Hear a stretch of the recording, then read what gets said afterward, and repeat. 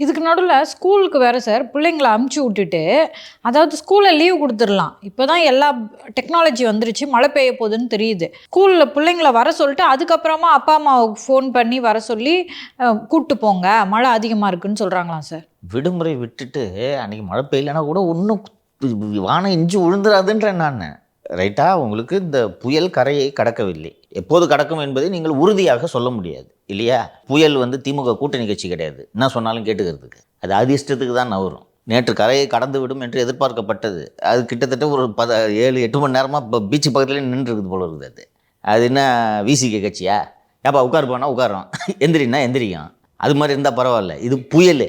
இன்னொன்று, அங்கே ஒரு திமுக கூட்டணியில் கட்சியில் ஒரு புயல் இருக்கார். யார் இது? புரட்சி புயல் வைகோ. அது ஓஞ்சிருச்சு அந்த புயல்.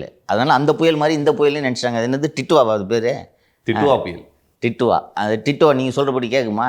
அப்போ அது எப்படி பிஹேவ் பண்ணுன்றது தெரியாது. You can't predict. ஒரு உத்தேசமாக சொல்ல முடியும்.